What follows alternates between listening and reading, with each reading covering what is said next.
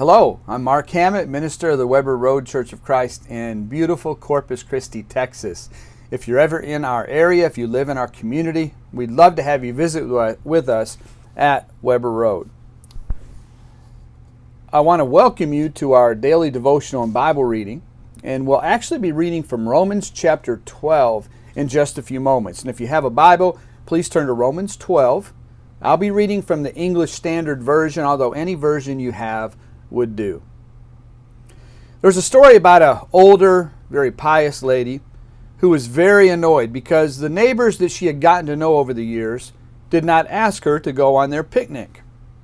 On the morning of the event, they suddenly realized we forgot to tell her. So they sent their little boy over to ask her to come along. She responded with these words. She said, "It's too late. I've already prayed for rain."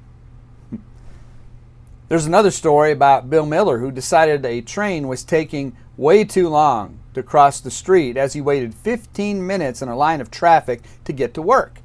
So after the train passed, he drove his pickup truck onto the tracks, he locked his doors, and he walked the rest of the way to work. Cars could get by, but trains could not. Well, the crewman found from a halted freight train telephoned the police. He complained the truck was blocking their path, and so police traced Miller through the license plate number on the truck and convinced him to move his truck after the train had to wait at least 20 minutes. Police declined to give Miller a ticket. You know, that's what you call, in many ways, stupidity, or stupid vengeance would be a better term. And it's no wonder that some train didn't just demolish that truck on the tracks. And if that were to happen today, this happened many years ago, the police would have given that man a ticket, and they may have even put him in jail for a night. You know, there's another story about passersby who called police when they saw a man drive his new automobile into the fenders of a parked car. He explained when the police got there that both cars belonged to him.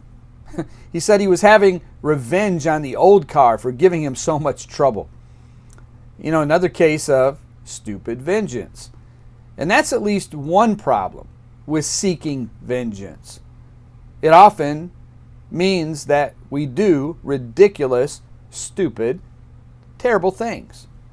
It does no good, and so often it only makes things worse.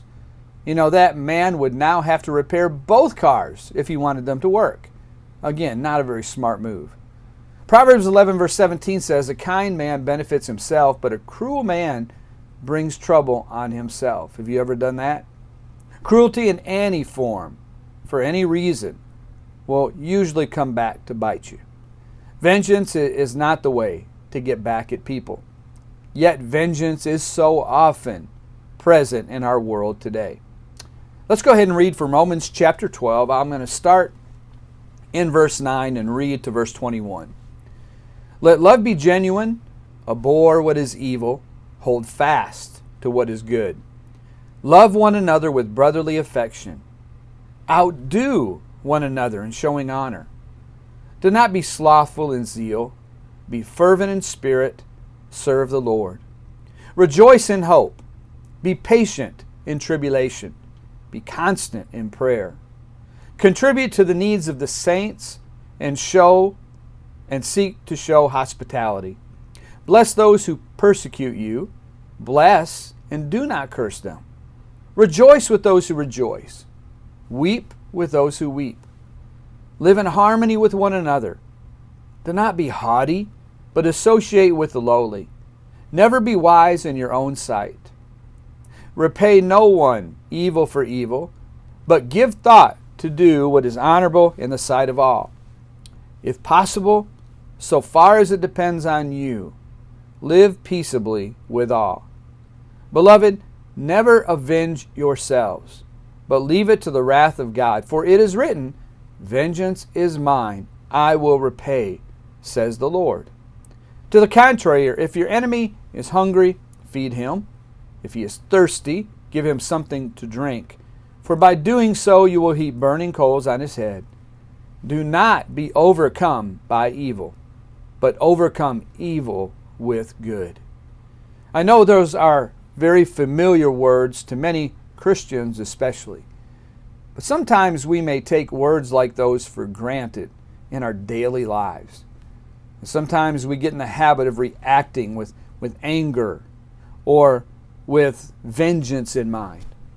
Again, read those words again from Romans chapter 12, verses 9 through 21, and think seriously and apply each of those principles, those sayings, those instructions from God to your life as you live it out every day, hopefully striving to be like Christ. I'm glad you've joined us. I hope you'll join us again. And may the Lord bless you richly as you seek to follow and honor His will.